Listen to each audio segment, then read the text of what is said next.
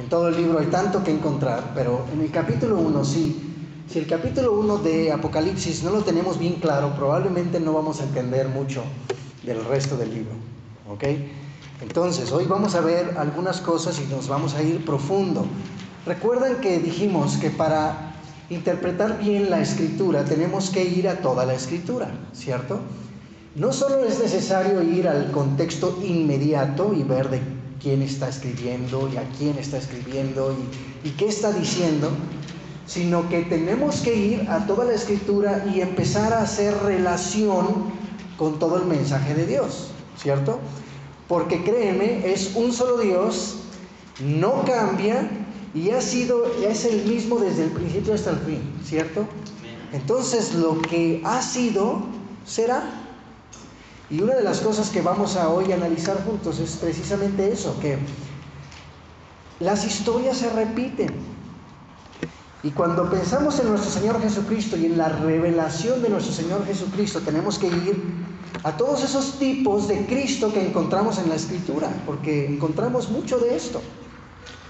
Entonces, estamos ahí en el Apocalipsis capítulo 1, y voy a leer hasta el versículo 3 y después nos regresamos.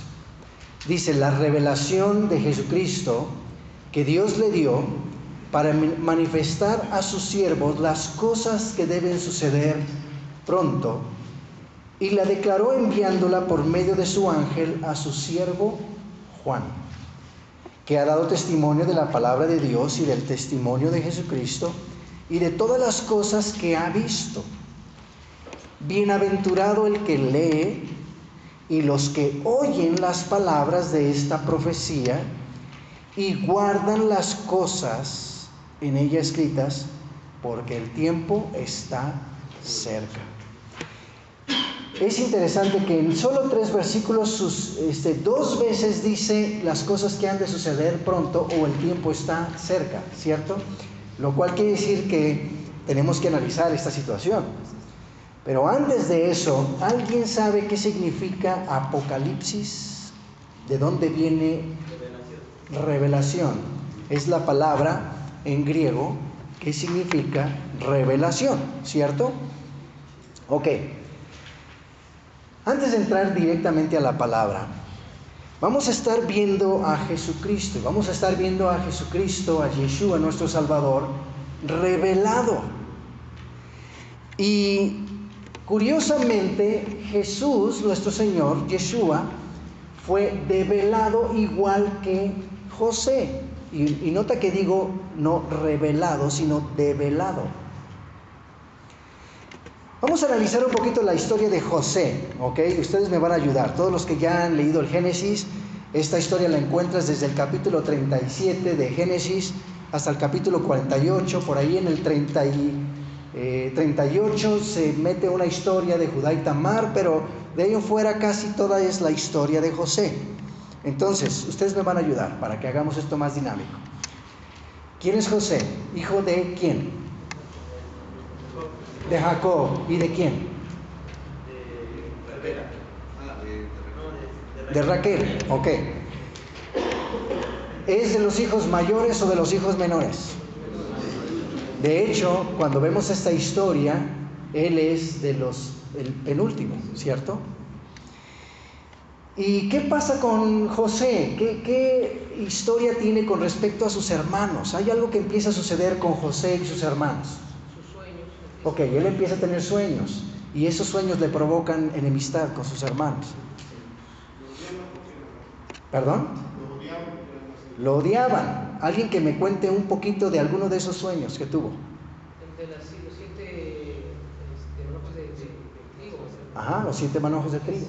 Perdón, los 12. Ajá. Los 12 que se inclinaban hacia él. Hacia él.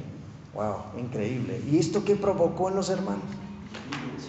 Ira, celo, rechazo. Además vemos a Jacob poniéndole a él una túnica de colores. Y cuando estudiamos lo que significaba esta túnica no era una túnica normal, era una túnica de brazo largo. ¿Y eso qué significaba? Hasta el piso y brazo largo, ¿qué significaba? Autoridad. ¡Qué increíble! Jacob le estaba dando a José autoridad siendo uno de los más pequeños. Y eso hizo que los hermanos le tuvieran un odio terrible. Entonces, ¿terminan los hermanos haciendo qué con José? Planean matarlo y terminan vendiéndolo y queda exiliado en Egipto. Ahora, quiero que vayas pensando en Jesucristo, ¿ok? ¿Qué dice? A los suyos vino y los suyos no le recibieron. Es increíble, ¿no? O sea, la realidad es que fueron unos pocos en Judá. Y después, cuando viene el Espíritu, ya vemos que empieza a hablarles fuertemente y empiezan a convertirse muchos de ellos. Pero fueron unos pocos en Judá que realmente creyeron en él. A los suyos vino y los suyos no le recibieron. Y sabes una cosa que tienes que pensar, que realmente después de que Jesús ya fue llevado, Jesús quedó prácticamente exiliado. ¿Por qué?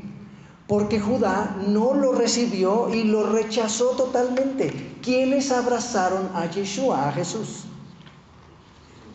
Los gentiles. Los primeros discípulos, por supuesto, judíos, hebreos, salieron, predicaron, pero los que abrazaron a Jesús y creyeron en él fueron los gentiles en las naciones. ¿Ok? Entonces, fíjate lo que vamos viendo. Voy a decirte algunas cosas acerca de este José.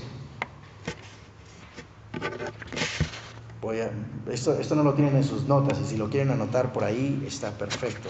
Creo que sí, yo lo tengo acá. José fue puesto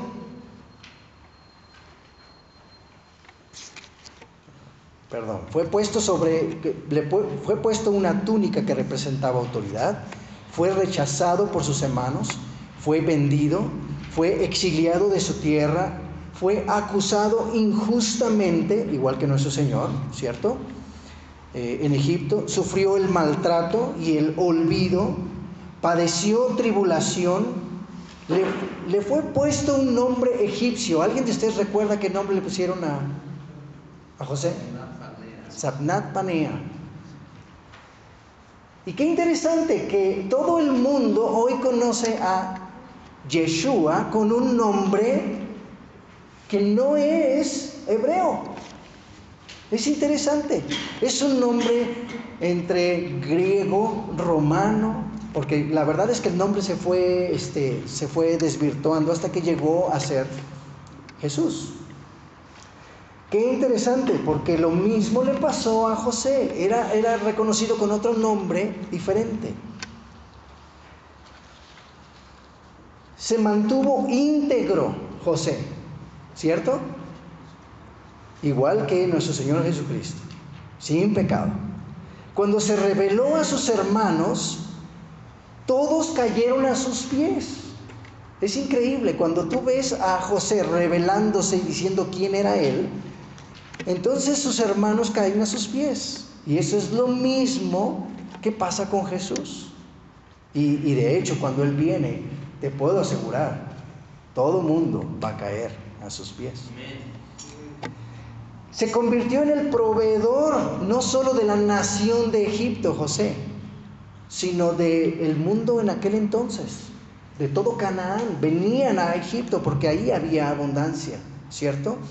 Porque Dios le dio visión y él tuvo sabiduría, y Dios le permitió que por su vida y por su obediencia muchos fueran bendecidos. Yo te pregunto, ¿cuántos han sido bendecidos con Jesús, Yeshua? Todo el mundo, ¿no? Amó a todo el mundo. Entonces, vemos una grande similitud en lo que tiene que ver con José y Jesús.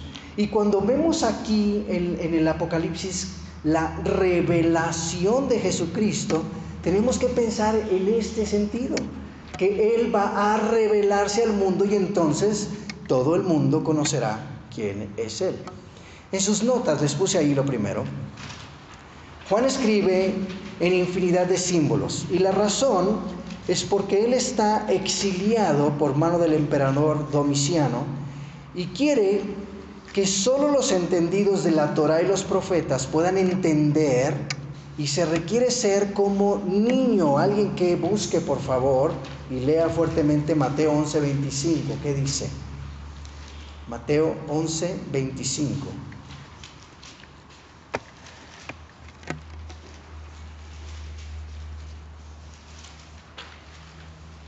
En aquel tiempo, respondiendo Jesús, dijo: Te alabo, Padre, Señor del cielo y de la tierra, porque escondiste estas cosas de los sabios y de los entendidos y las revelaste a los niños.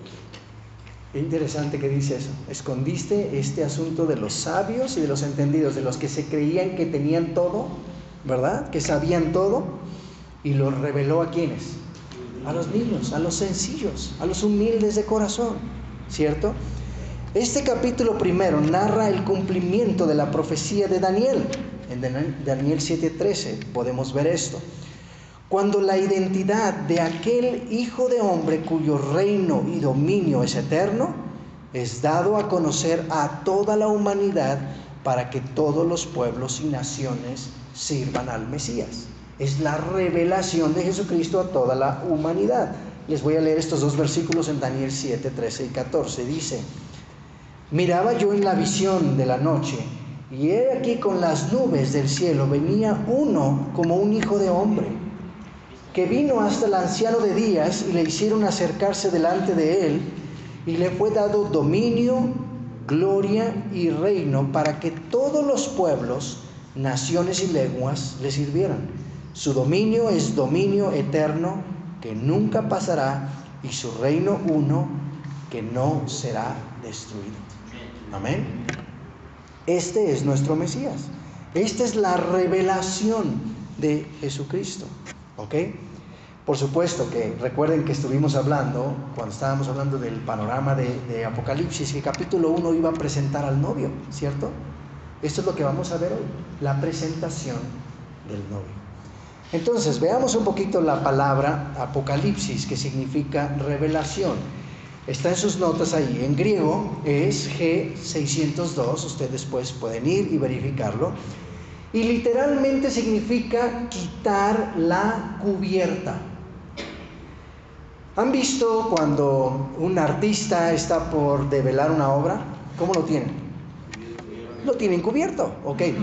En la mentalidad griega, porque está en griego esta palabra que estamos analizando, eso significa, es develar una obra, es develar algo, es quitar la cubierta para que entonces se pueda ver exactamente quién es y cómo es, ok.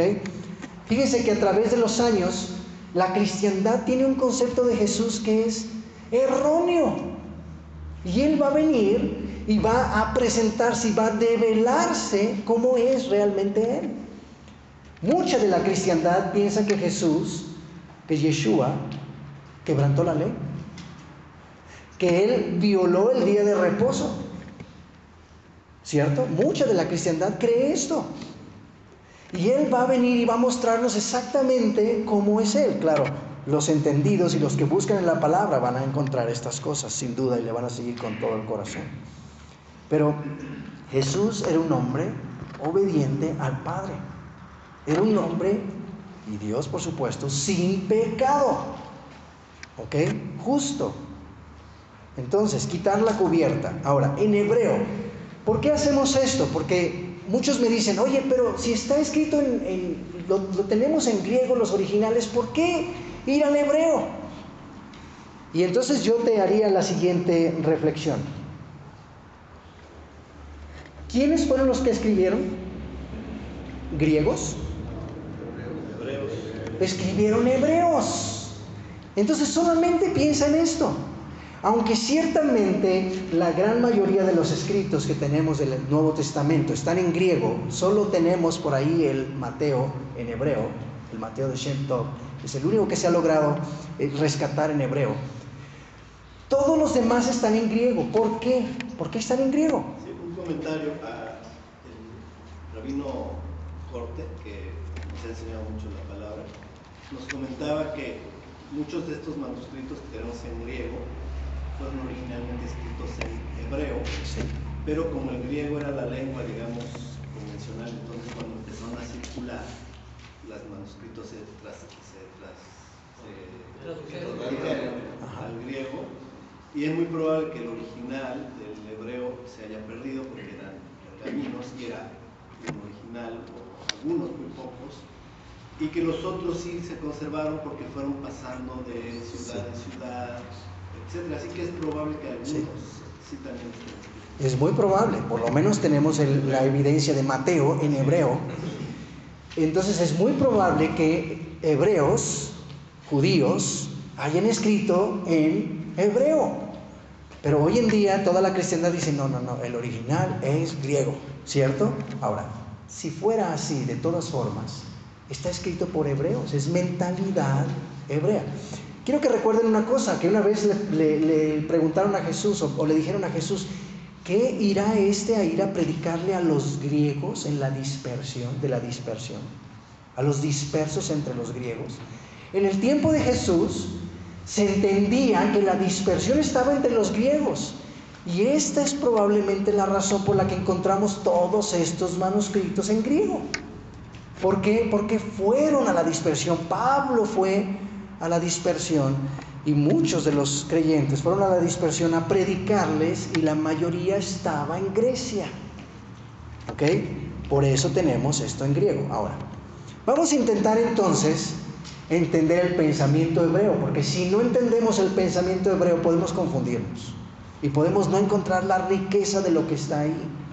Fíjate que la palabra en hebreo, H1540, en su raíz es galá. Y galá en hebreo significa exponer, desnudar, descubrir, revelar, y ojo con esto, y exiliar. Dejar algo desierto o deshabilitado.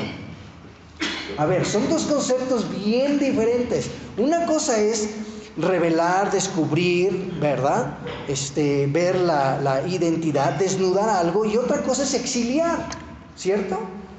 Entonces, yo quiero que vayamos a la Escritura y encontremos por qué este asunto de la revelación de Jesucristo tiene que ver con las dos cosas, con revelarse y con el exilio, o con exiliar. ¿Ok? Bueno, puse ahí en sus notas también el paleo hebreo. ¿Alguien sabe lo que es el paleo hebreo? ¿Hay más hojitas? ¿Quedaron hojitas? Creo que sí pueden ayudarme llevando los que están allá atrás. El paleo hebreo es, por así decirlo, el jeroglífico antes de que se hicieran las letras como del hebreo, los pictogramas. Exacto, los pictogramas antiguos del hebreo. Entonces, cuando tú vas ahí y vas a los pictogramas antiguos y vas a la raíz, entonces como que de repente todo empieza a ser más claro, como que, ahora ya entiendo el concepto. Mira, déjame explicarte rápidamente la diferencia entre el pensamiento hebreo, que es conceptual, se me fue la palabra ahorita, se me fue, el hebreo es concreto, ¿ok? Son ideas concretas, y las ideas que provee el griego, abstractas. Por ejemplo, vamos a usar nuestro español. ¿Qué entienden ustedes por la palabra papá? ¿Y qué es papá? ¿Qué es un padre? Uno que engendra hijos, que los cría, que provee, que protege. ¿Se dan cuenta de lo que estamos haciendo? Estamos, cada quien, de acuerdo a cómo le va en la fiesta o como piensa, es el concepto que tiene de papá. De hecho, muchos tienen problemas con Dios porque hablamos de Dios como nuestro Padre, cuando tuvieron un padre terrenal terrible y piensan, solo proveía, pero no me hacía caso para nada, ¿no? O sea, el problema del griego o de los conceptos abstractos es que pues cada quien le va dando el concepto que quiere, porque en sí la palabra no dice lo que significa. Pero la palabra papá, ¿alguien sabe en hebreo cuál es la palabra papá? Ab. Abba es papito. Ab. ¿Sería líder de casa? ¿Líder de casa? Se compone de 2 letritas. Y la primera es el Aleph y el Bet. Ajá. ¿Y qué es eso? El Aleph es una cabecita de un toro en el paleo hebreo. Y el Bet es ¿qué? Es como una casita, representa una casa. O sea, estamos hablando de pictogramas. Fíjense lo que está diciendo la palabra: la autoridad de la casa. Cuando tú lees entonces en el hebreo, entonces estás entendiendo el concepto correcto, ¿cierto? Aquí podemos decir el papá es el engendrador, acá el papá es el que provee, pero el hebreo dice es la autoridad de la casa, es concreto. ¿Sí me explico? Bueno, lo mismo quiero que veamos ahora acá. Y quiero que veas en el paleo hebreo que esta raíz de la palabra Apocalipsis, revelación, es Gimel, o sea, la primera letra es Gimel, la segunda letra es Lamed y la tercera letra es Hei. Y yo les puse ahí, entre paréntesis, Gimel representa un pie. Si tú ves el pictograma es un pie y significa caminar, reunirse o cargar. Y quiero que vayas pensando un poquito en este concepto de revelar, ¿ok? Caminar, reunirse o cargar. Lamed, que es un cayado, que significa enseñar, instruir o ir adelante o adelante. Y Hei es un hombre con manos alzadas mirando, pero no es un hombre así, ¿ok? Es un hombre así. Y está así como, imagínense en una ventana a un hombre así y mirando, observando, ¿ok? Y entonces significa mirar, revelar, observar. Entonces, note, la primera tiene que ver con reunir o caminar, ¿verdad? Y aún incluye el hecho de cargar, al reunir, cargar las cosas, ¿ok? La siguiente tiene que ver con un cayado y tiene que ver con enseñar, instruir y guiar hacia adelante. Y el último, Hei, tiene que ver con mirar, revelar y observar. Entonces, ¿qué idea? A ver, cuando tú juntas estas 3 ideas, ¿qué idea te da? Piensa en revelar con estas 3 letras como raíz. ¿Qué idea te da?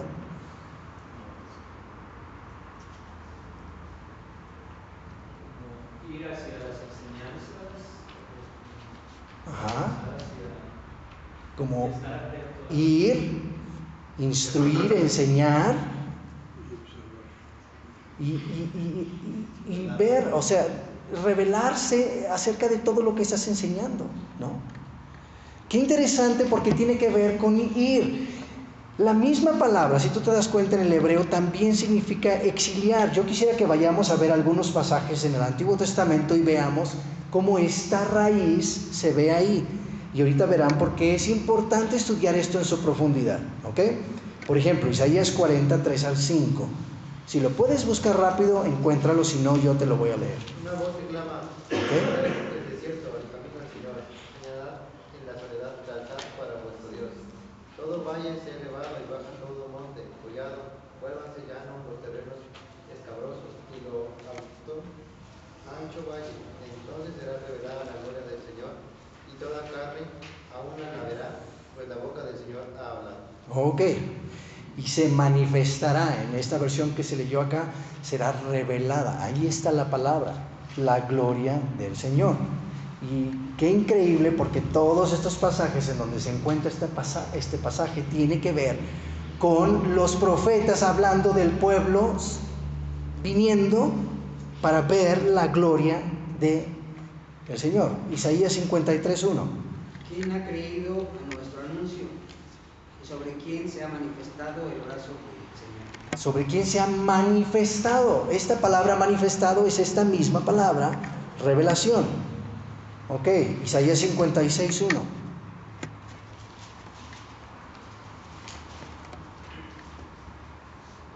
Lo leo, dice, así dijo Jehová, guardad derecho y hacer justicia, porque cercana está mi salvación para venir y mi justicia para manifestarse. ¿Ok? Cercana está mi justicia para venir, ¿verdad? Mi salvación para venir y mi justicia para manifestarse, para ser revelada, es la misma palabra. Jeremías 33, 6 al 7. ¿Alguien lo tiene? He aquí yo la trataré, y he aquí yo le traeré salud y sanidad, lo sanaré y le revelaré abundancia de paz y de verdad. Ajá. ¿Verdad? Y el 7. Restauraré el bienestar de Judá y el bienestar de Israel, y lo reedificaré como era al principio. Ojo con este pasaje. La palabra ahí, les revelaré abundancia. Nota que dice, he aquí yo les traeré sanidad, medicina, los curaré y les revelaré. Ahí está la palabra, ¿ok? Abundancia de paz y de verdad. Pero luego inmediatamente, ¿qué dice versículo 7? Y haré volver a los cautivos. Qué interesante. De Judá y los cautivos de Israel, y los estableceré como al principio. La idea de revelar junto con la idea de exilio en el mismo pasaje. Ahora veamos en Ezequiel, y ahí vemos en Ezequiel justo la idea de exilio o cautiverio. Y vean Ezequiel 39, 28. Y dice, y sabrán que yo soy el Señor su Dios, cuando después de haberlos llevado al cautiverio entre las naciones, los reúna sobre su tierra sin dejar allí uno de ellos. Muy bien. Cuando de haberlos llevado cautivos, quedaron exiliados, ¿ok? Esa palabra cautiverio ahí tiene la misma raíz que hemos estado estudiando, gala en hebreo.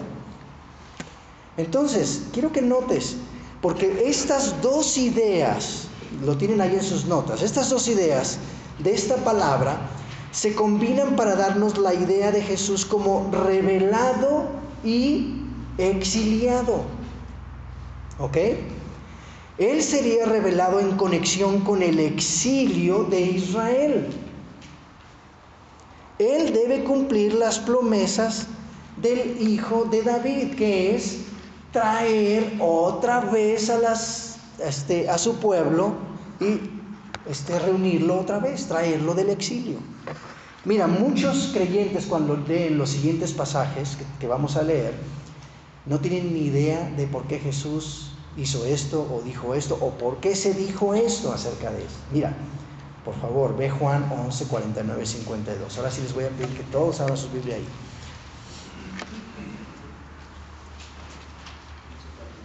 Juan 11, 49 al 52. Sí, pueden verlo ahí en la pantalla también.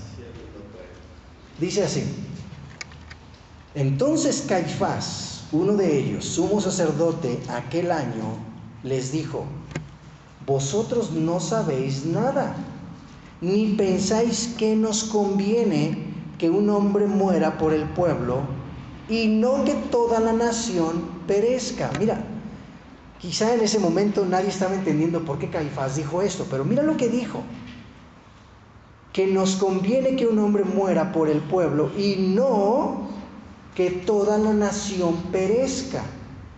Y luego mira lo que dice Juan: esto no lo dijo por sí mismo, sino que como era el sumo sacerdote aquel año, profetizó que Jesús había de morir por la nación, y no solamente por la nación, sino también para congregar en uno a los hijos de Dios que estaban dispersos. ¿Qué les parece eso? Caifás ni siquiera supo lo que estaba diciendo, quizá. Pero Juan y todos los que está escribiendo aquí, todos los que están siendo guiados por el Espíritu de Dios, dice, esto lo dijo, primero porque era el sumo sacerdote, y segundo para profetizar que era necesario que Jesús muriera por la nación, pero no solamente por la nación, sino por ¿quiénes? Por todos los hijos de Dios que estaban dispersos, por todos los que estaban cautivos, que habían sido exiliados y que habían llegado a todas las naciones. Vean por favor conmigo Hechos 15, 16 y 17. Otro pasaje que mucho ignoramos, la cristiandad. Hechos 15, 16 y 17.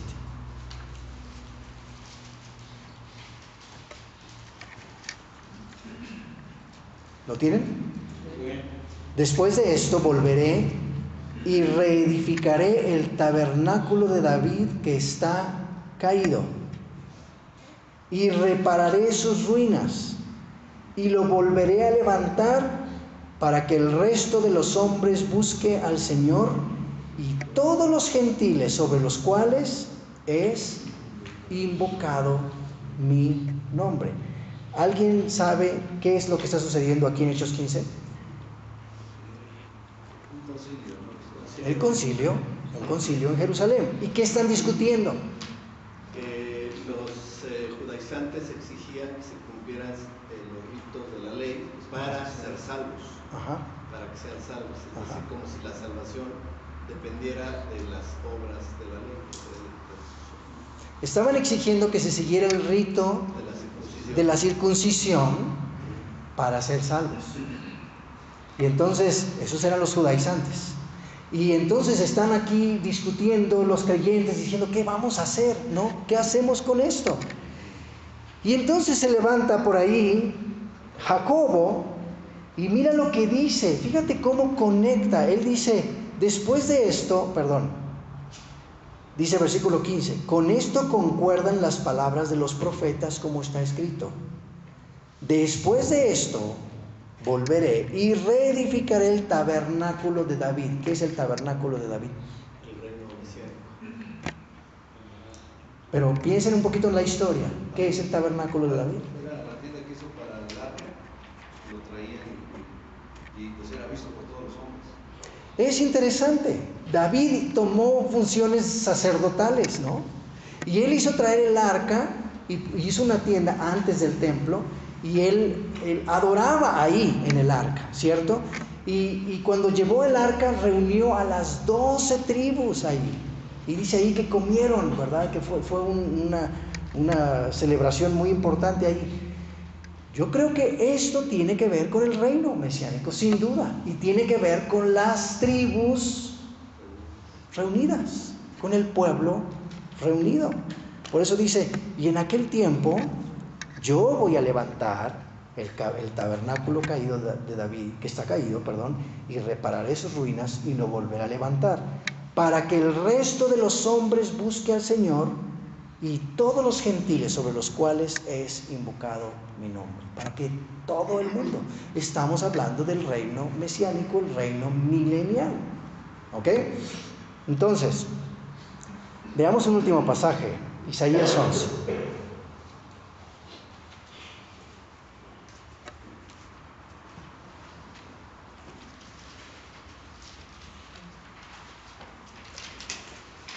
¿Lo tienen? Lo leo, dice: saldrá una vara del tronco de Isaí y un vástago retoñará de sus raíces, y reposará sobre él el espíritu de Jehová, espíritu de sabiduría y de inteligencia, espíritu de consejo y de poder, espíritu de conocimiento y de temor de Jehová, y le hará entender diligente en el temor de Jehová. No juzgará según la vista de sus ojos, ni urgirá por lo que oigan sus oídos, sino que juzgará con justicia a los pobres, y arguirá con equidad por los mansos de la tierra, y herirá la tierra con la vara de su boca, y con el espíritu de sus labios matará al impío, y será la justicia como cinto de sus lomos, y la fidelidad ceñidor de su cintura. Morará el lobo con el cordero, y el leopardo con el cabrito se acostará. El becerro y el león y la bestia doméstica andarán juntos. Un niño los pastoreará. La vaca y la osa pasearán, sus crías se echarán juntas, y el león como el buey comerá paja. Y el niño de pechos jugará sobre la cueva del áspid, y el recién destetado extenderá su mano sobre la caverna de la víbora. No harán mal ni dañarán en todo mi santo monte, porque la tierra será llena del conocimiento de Jehová, como las aguas cubren el mar. Acontecerá en aquel tiempo que la raíz de Isaí, la cual estará puesta por pendón a los pueblos, será buscada por las gentes. Las gentes, ¿quiénes son las gentes? Los goim, los gentiles, ¿ok? Y su habitación será gloriosa. Asimismo acontecerá en aquel tiempo que Jehová alzará otra vez su mano para recobrar el remanente de su pueblo, que aún quede en Asiria, Egipto, Patros, Etiopía, Elam, Sinar y Hamat, y en las costas del mar. Y levantará pendón en las naciones, y juntará ¿a quiénes? Los desterrados de Israel, y reunirá los esparcidos de Judá. Y nota que hace una diferencia entre los desterrados de Israel y los esparcidos de Judá. ¿Por qué? Está hablando de las dos casas, ¿ok? La casa del norte, las 10 tribus del norte fueron las primeras que fueron exiliadas o llevados cautivos.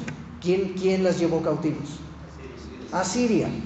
Y la casa del sur, Judá y Benjamín, ¿quién los llevó cautivos?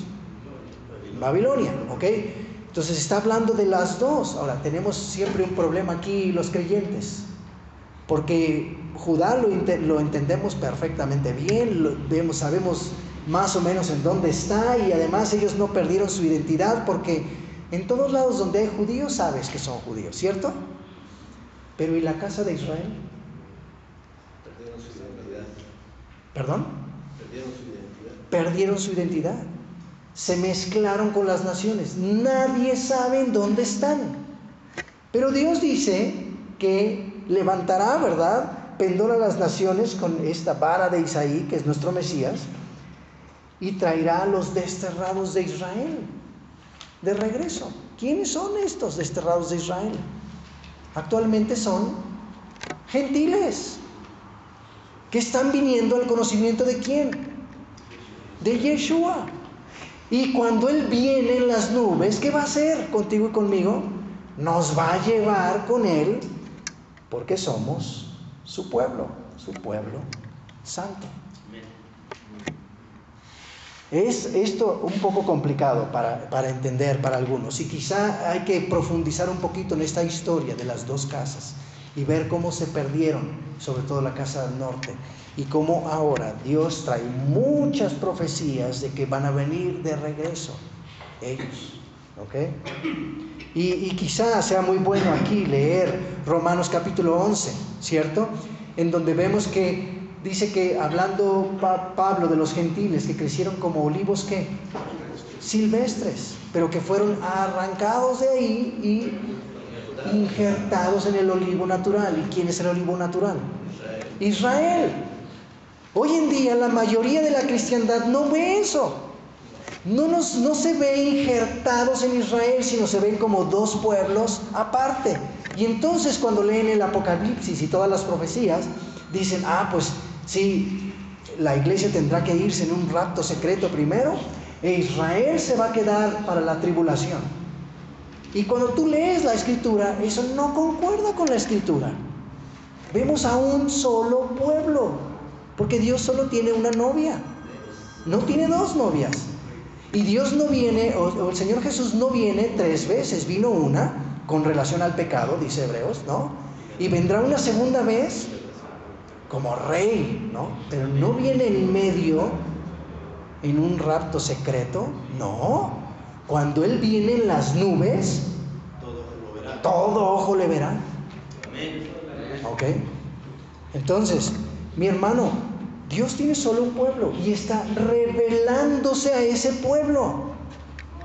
Eso es lo que significa la palabra revelación de Jesucristo. Puse en sus notas, Jesús. ¿Cómo se dice Jesús? O más bien, ¿cuál es el nombre de Jesús en hebreo? Yeshua o Yahoshua, ¿verdad? Y Cristo, ¿qué significa Cristo? Mesías. ¿Y qué significa Mesías o Mashiach? Ungido. Entonces, Yeshua, el Mesías. Yeshua, el Mashiach, el ungido de Dios. ¿A quiénes se ungía? A los reyes, a los sacerdotes, a los profetas. Él es el ungido de Dios. Ok, vamos a correr un poquito. ¿Quieren que paremos aquí? Seguimos.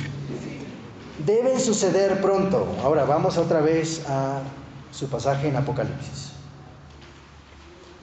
La revelación de Jesucristo. Ahora entendemos que su revelación tiene que ver no solo con develarse y mostrarse quién es Él, sino también con el exilio y con traer a los cautivos. Todo eso tiene que ver con la palabra revelación, que no lo podríamos saber a menos de que fuéramos al original hebreo. Pero dice que Dios le dio para manifestar a sus siervos las cosas que deben suceder pronto. ¿Por qué dice deben suceder pronto si ya han pasado 2000 años? ¿Alguien tiene una idea?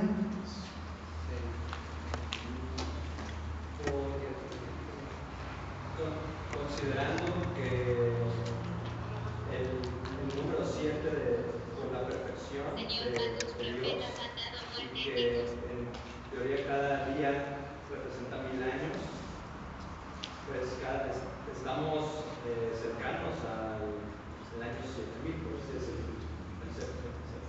Ok, es verdad, el año 6000 se está terminando, ¿no? Y algunos piensan que ya estamos, ¿no? Y que ya estamos por empezar el 7000, y entonces estamos esperando un milenio. Pero la pregunta fue, del momento en el que Jesucristo vino y reveló estas cosas a su siervo Juan, que a lo mucho el 90 después de Cristo, hasta hoy, ¿cuántos años han pasado? Casi 2000 años. ¿Eso es pronto? ¿O cómo lo ven ustedes? Sí, lo que pasa es que no habla de un tiempo de espera. Ok. Es como cuando ponemos las cositas de dominó, cada día tardan un montón, pero cuando sucede las caídas rápido. Oh, mira, qué buen ejemplo nos puso Horacio. ¿Escucharon? ¿Han visto cuando con dominó hacen todas estas, los van formando y hacen hasta figuras y cosas ahí, hasta obras de arte? Pero ¿qué pasa cuando la primera pieza se tumba? Se viene todo para abajo. Esa es exactamente la definición de esta palabra. No es un tiempo de espera que Juan haya dicho, bueno, de aquí pronto. No. Lo que está diciendo es cuando empiecen estas cosas a suceder, se van a desencadenar pronto. Y miren, yo no sé si ustedes se han dado cuenta, pero de hecho vamos a ver algunos pasajes, pero la realidad es que las cosas están sucediendo demasiado pronto. ¿Cuánto ha aumentado la ciencia en los últimos años? Solo piensa 100 años atrás. ¿Cómo estaban 100 años atrás? En cuanto a las comunicaciones, ¿qué tenían en 100 años atrás? 100 años atrás, 20, 30 años atrás, Es increíble, o sea, nosotros lo vemos como muy lejano, pero ni siquiera en 100 años y lo que hemos visto. Y esto tiene que ver con lo que dice Daniel. Mire por favor Daniel 12, 1 al 4.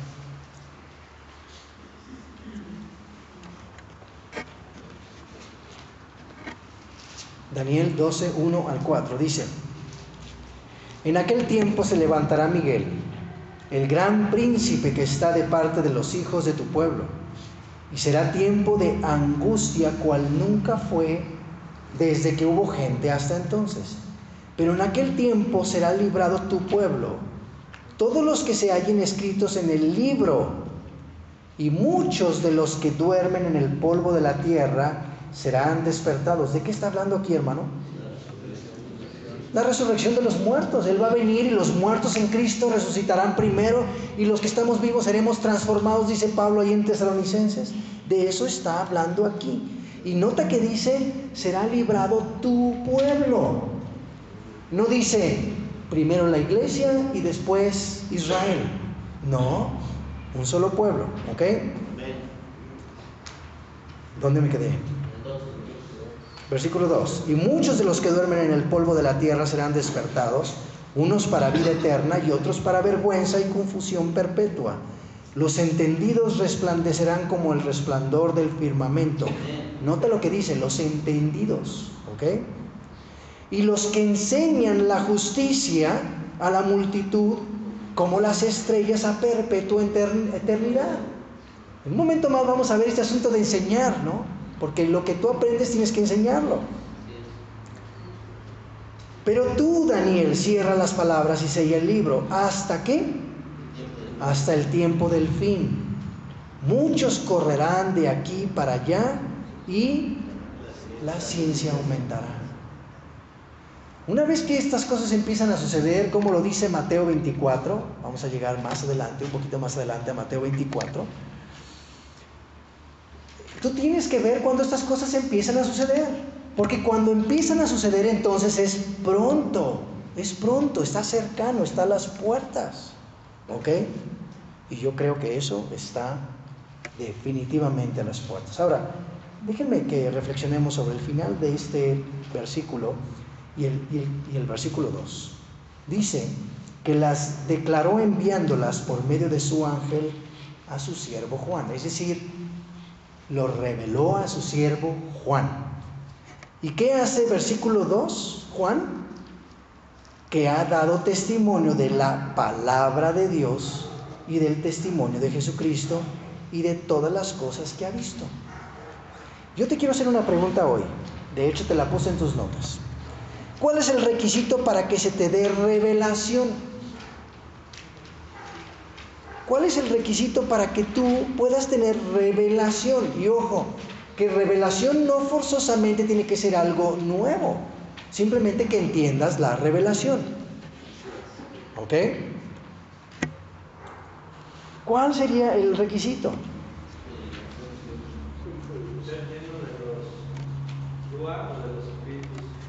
¿Ok? Del Espíritu de Dios, ¿sí? Que está representado en 7, que es plenitud, y lo vamos a ver más adelante. ¿Ok? Lleno del Espíritu, ¿qué más?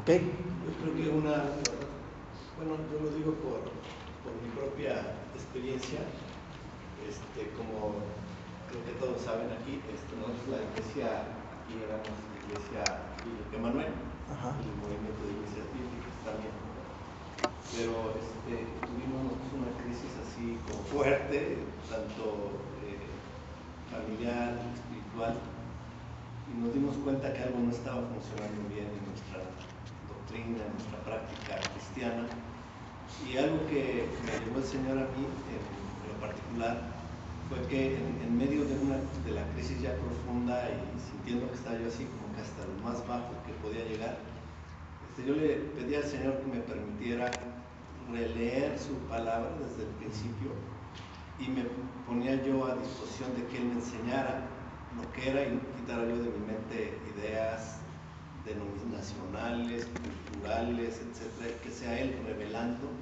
lo que era la verdad, y de esa manera realmente empezamos a entender cosas como esta. Dios nos empezó a llevar por su palabra, queriendo ser un pastor que dé testimonio fielmente de la palabra, y realmente creo yo que así nos abrió Dios los ojos de muchas cosas, cuando en humillación le dije: Señor, quito mi cultura, quito mis ideas preconcebidas y voy a tu palabra, y ayúdame a ser testigo fiel como pastor de tu palabra. Y eso fue algo que abrió los ojos a la iglesia. Que en vez de estar siguiendo teologías de hombres, estamos buscando la palabra de Dios. Y lo increíble que empieza a suceder es que cuando buscas la palabra de Dios, Él entonces te empieza a mostrar, primero, aquí, cómo estás, quién eres, en qué has creído, en dónde has andado, y te lleva ¿al qué? Al arrepentimiento. O sea, yo llegué también a un punto en donde dije: no puedo seguir enseñando esto que no está correcto, no está bíblico, porque nos llamamos iglesias bíblicas, entonces queremos ser bíblicos. Vamos a ir a la Escritura. Y creo que sí, ustedes van a ver que Juan evidentemente le estaba metido en la palabra del Señor. Lo vamos a ver un poquito más adelante, pero estaba metido en su palabra. Miren, quiero que vayamos a un ejemplo que que se encuentra en Daniel.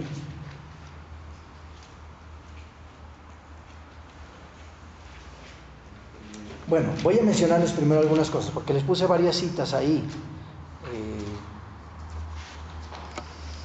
donde dice declaró enviándola a su siervo Juan, y luego puse cuál es el requisito para que se te dé revelación, y puse ahí disposición a ser testigo, anunciar lo que has visto y oído, según lo que vemos en este pasaje de Apocalipsis, guardar sus mandamientos y el testimonio de Jesucristo. Por ejemplo, la historia en Génesis con Abraham. Recuerdan, en este pasaje de Génesis capítulo 18, Dios va a hacer algo con Sodoma y Gomorra. Y mira lo que le dice, se los voy a leer. Jehová dijo, ¿encubriré yo a Abraham lo que voy a hacer? Habiendo de ser Abraham una nación grande y fuerte, y habiendo de ser benditas en él todas las naciones de la tierra. Y nota lo que dice versículo 19. Porque yo sé que mandará a sus hijos y a su casa después de sí, que guarden el camino de Jehová. Es lo mismo que está pasando con Juan, es exactamente lo mismo. Está hablando de guardar su palabra y del testimonio de Jesucristo. Lo mismo está sucediendo con Abraham aquí, y Dios le dice, yo no le voy a encubrir a Abraham lo que voy a hacer. Entonces, si no quieres que se te sea encubierto lo que Dios va a hacer, necesitas tener una actitud humilde y revisar la palabra de Dios y anunciar la palabra de Dios. Ahora la siguiente que tienen ahí, Hechos 4, 19 al 20. Mira cómo dice Pedro y Juan. Mas Pedro y Juan respondieron, diciéndoles, juzgad si es justo delante de Dios obedecer a vosotros antes que a Dios, porque no podemos dejar de decir lo que hemos visto y oído. Nosotros no podemos dejar de desobedecer a Dios. No podemos obedecerlos a ustedes y desobedecer a Dios. Y no podemos dejar de decir lo que hemos visto y oído. ¿Tú estás compartiendo con los demás lo que estás aprendiendo? A ver, sean honestos. ¿Cuántos de ustedes compartieron con alguien lo que aprendieron el domingo pasado en sus iglesias? En el sermón de sus iglesias. Ok, algunos. La mayoría de las veces, tenemos que admitirlo, los creyentes solo oímos y nos engordamos y no compartimos lo que hemos oído y lo que hemos visto. Mira lo que dice Lucas 12, 47 y 48. Jesús está hablando y dice, aquel siervo que conociendo la voluntad de su Señor no se preparó ni hizo conforme a su voluntad, recibirá muchos azotes. Mas el que sin conocerla hizo cosas dignas de azote, será azotado poco, porque a todo aquel a quien se haya dado mucho, mucho se le demandará, y al que mucho se le haya confiado, más se le pedirá. Mira, el problema de la iglesia al día de hoy no es tanto conocer más y más. El problema de la iglesia hoy es hacer lo que tenemos que hacer con lo que conocemos. Y si tú quieres que Dios te hable y te revele, quieres que Apocalipsis sea así como que, wow, se abrió para mí Apocalipsis, necesitas ser obediente, necesitas compartir a los demás, es lo que está haciendo Juan aquí. Mira, veamos más. 1 Corintios 9, 16 dice, pues si anuncio el Evangelio, no tengo por qué gloriarme, porque me es impuesta necesidad, y ay de mí, dice Pablo, si no anunciare el Evangelio. ¿Qué es el Evangelio, hermanos? Las buenas noticias.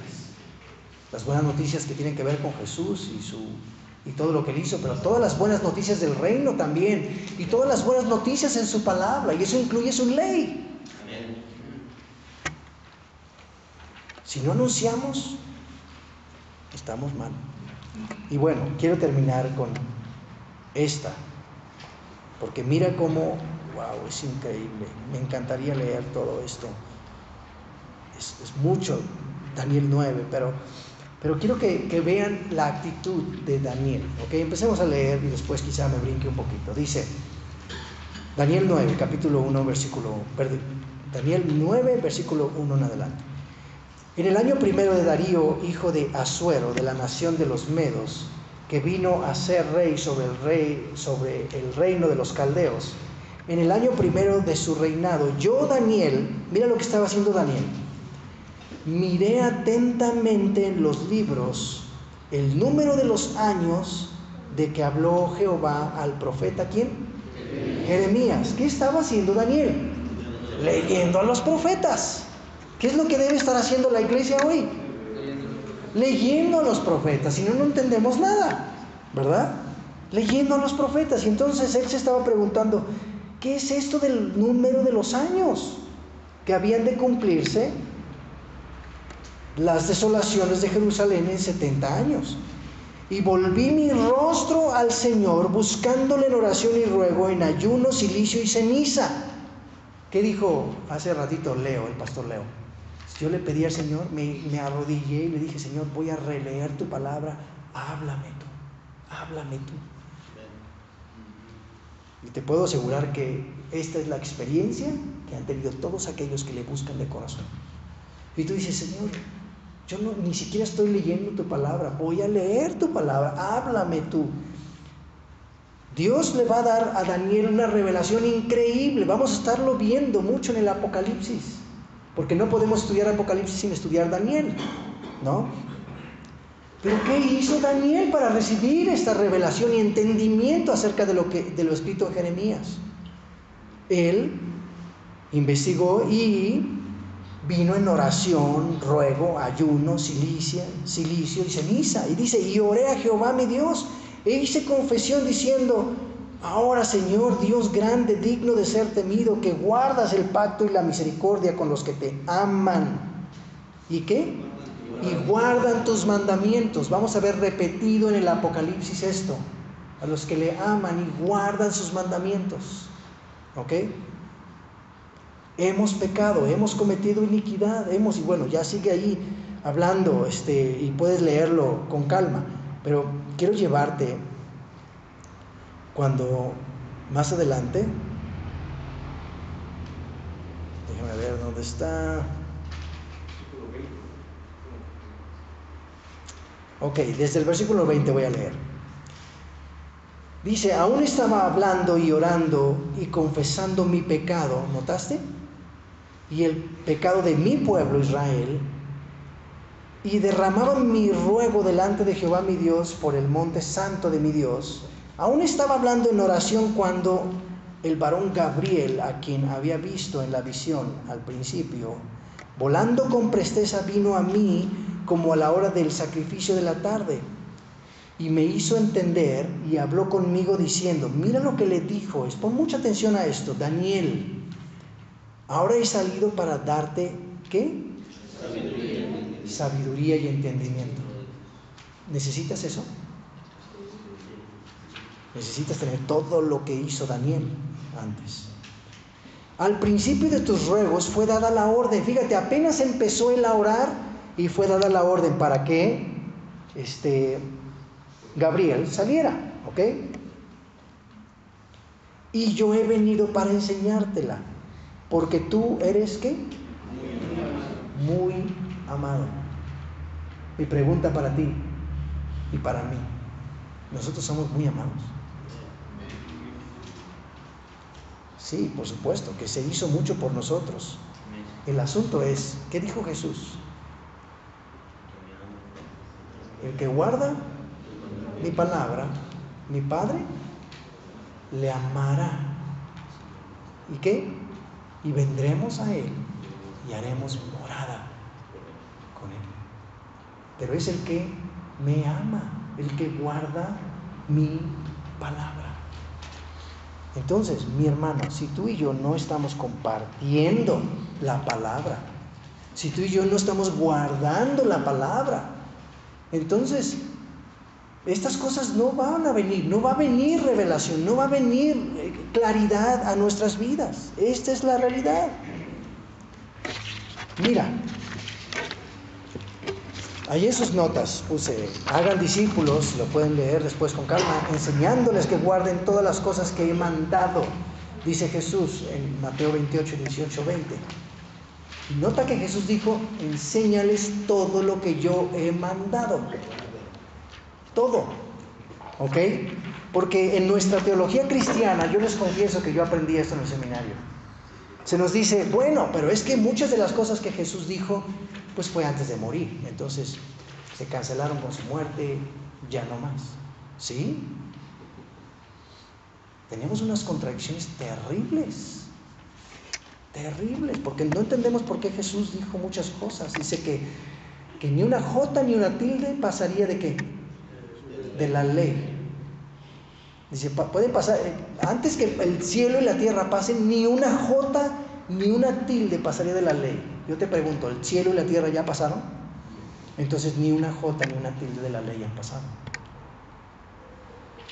No han pasado. Pero entendemos esto bien chueco, ¿ok? La palabra de Dios, los mandamientos, denle la vuelta a su hoja. Les puse ahí varios versículos, ¿verdad?, que muestran este asunto de los mandamientos y el testimonio de Jesús. Quiero que después con calma los revisen. Solo los voy a mencionar para que quede grabado. 1 de Juan 2:7, Salmo 1 al 3, Nehemías 8, 1 al 9, Deuteronomio 32, 45 al 47, Hechos 7, 38. Ok, y el testimonio de Jesús, 1 de Juan 1, 1 al 2. ¿Qué implica ser parte de la congregación de los últimos tiempos? ¿Qué dice Apocalipsis 12, 17?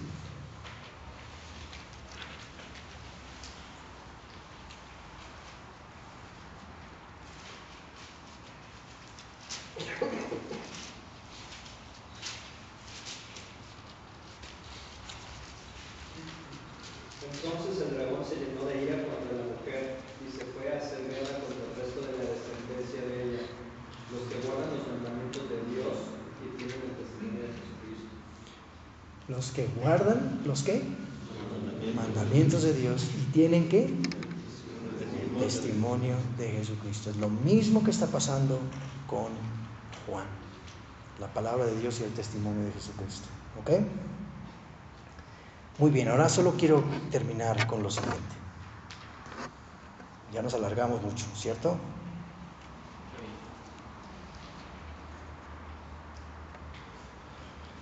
Mira lo que dice el versículo 3.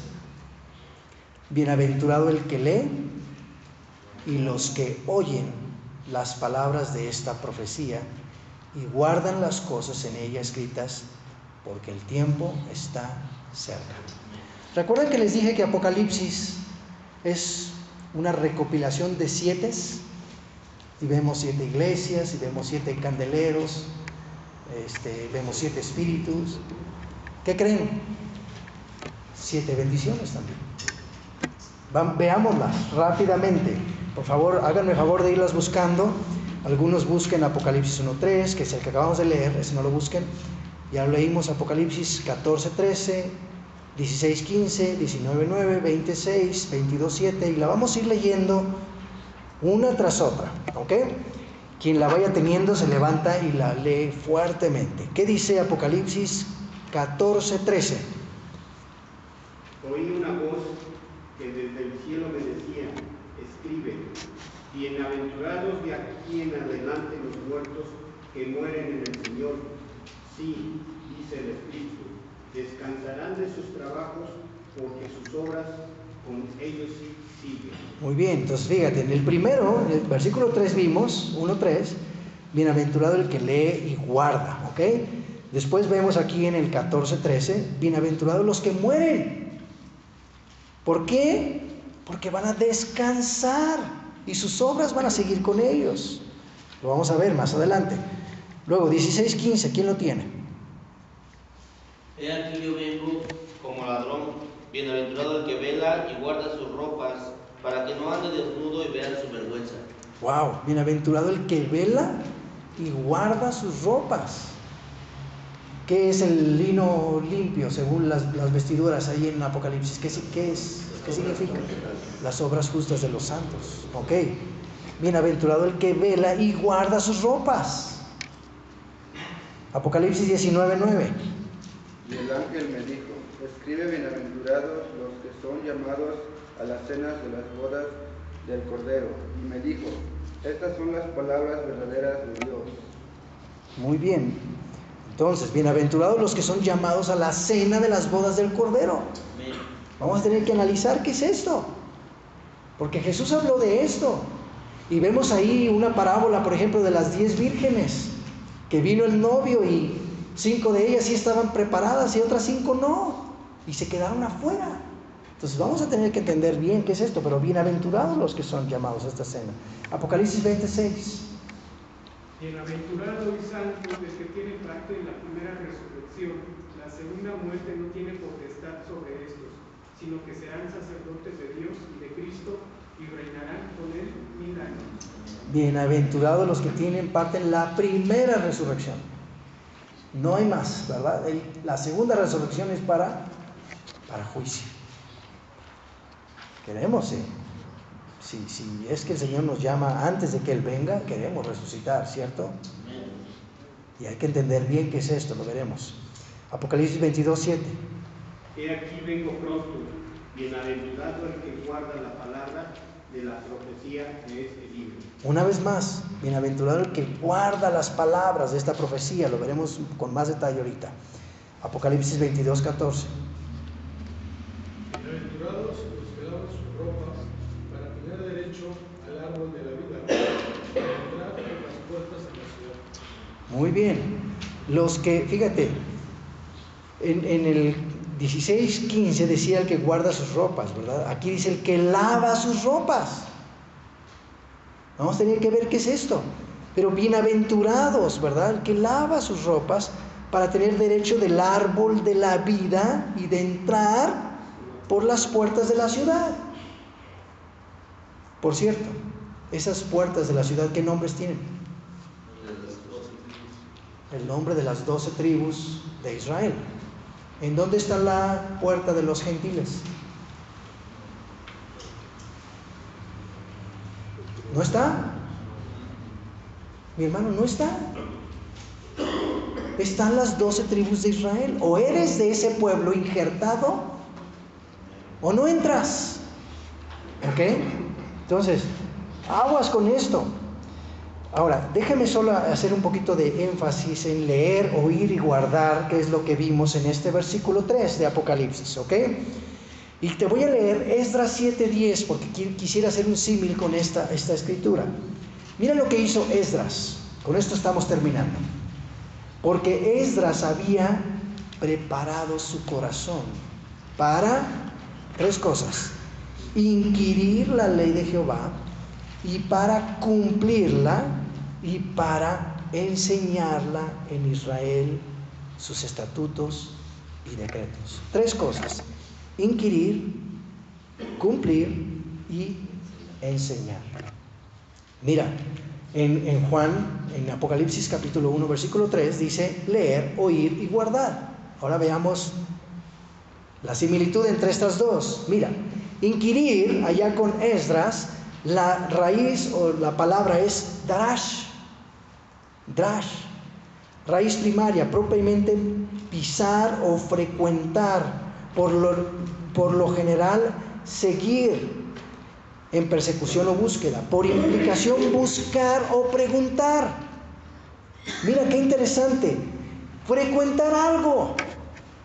Si tú y yo no leemos la Biblia, la Escritura, si tú y yo no frecuentamos la Escritura, entonces tú y yo no estamos inquiriendo la palabra. Necesitas ir allí y leer. Segundo, oír. Allá con Esdras, es hacer. La palabra es asá en el hebreo, la raíz primaria es hacer en el sentido y aplicación más amplios. Por cierto, no les leí en el anterior el pasaje de Lucas, pero es muy interesante cuando Jesús en Lucas está contando la parábola del buen samaritano, ¿no? Y luego mira lo que dice en el versículo 26 y dice, y le dijo, ¿qué está escrito en la ley? ¿Qué lees? ¿Notaste lo que dice? ¿Qué está escrito en la ley? ¿Qué lees? Y luego cuando él le respondió, pues amarás al Señor tu Dios con todo tu corazón, con toda tu alma, con toda tu fuerza, con toda tu mente y a tu prójimo como a ti mismo, le dijo, bien has respondido, haz esto y vivirás. Y lo vas a ver al final de que contó la parábola, en el versículo 37, él dijo, el que usó de misericordia, porque le preguntó Dios, bueno, ¿quién es entonces el prójimo? Y él respondió, el que usó de misericordia con él. Entonces Jesús le dijo, ve y haz tú lo mismo. ¿Ok? Hacer. Romanos 10:17, en el oír, ¿verdad? Así que la fe es por el oír y el oír por la palabra de Dios. No hay fe si tú no oyes la palabra. Y tú sabes que en el hebreo oír es sinónimo de ¿qué? De obedecer, de hacer. Si no, Santiago no hubiera dicho en Santiago 2:17 al 19, así también la fe, si no tiene obras, es muerta en sí misma. Pero alguno dirá, tú tienes fe y yo tengo obras. Muéstrame tu fe sin tus obras y yo te mostraré mi fe por mis obras. ¿Tú crees que Dios es uno? Bien haces. También los demonios creen y tiemblan. Hoy en día muchos creen como los demonios solamente, porque no obedecen, no hay obra que viene como resultado de la fe. Entonces, leer, oír y por último, guardar. Y qué interesante, en Esdras vemos enseñar, ¿no? Y yo creo que tú no guardas algo si no vas a hacer algo con eso, si no lo vas a enseñar. Enseñar, la raíz es lamad, o la palabra es lamad, raíz primaria, propiamente aguijonear, enseñar, siendo la vara un incentivo oriental. O sea, esto significaba el enseñar, era aguijonear a una persona, ¿ok? La vara, ¿ves qué dice que deben hacer los padres con sus hijos? Corregirlos con vara, ¿ok? Mira lo que dice Salmo 119, 9 al 11, muy conocido, lo leo. Porque, ¿con qué limpiará el joven su camino? Con guardar tu palabra. Con todo mi corazón te he buscado. No me dejes desviarme de tus mandamientos. En mi corazón he guardado tus dichos para no pecar contra ti. Y luego mira lo que dice Proverbios 22, 5 al 6. Y dice, espinos y lazo hay en el camino del perverso. El que guarda su alma se alejará de ellos. Y luego qué maravilloso que en el siguiente versículo dice, instruye al niño en su camino, y aun cuando fuere viejo no se apartará de él. ¿Notaste los dos conceptos? Guardar, el que guarda su alma, versículo 5, se alejará de ellos, ¿verdad? Del perverso. Y luego el versículo 6, instruye al niño en su camino, y aun cuando fuere viejo no se apartará de él. Esos dos conceptos juntos.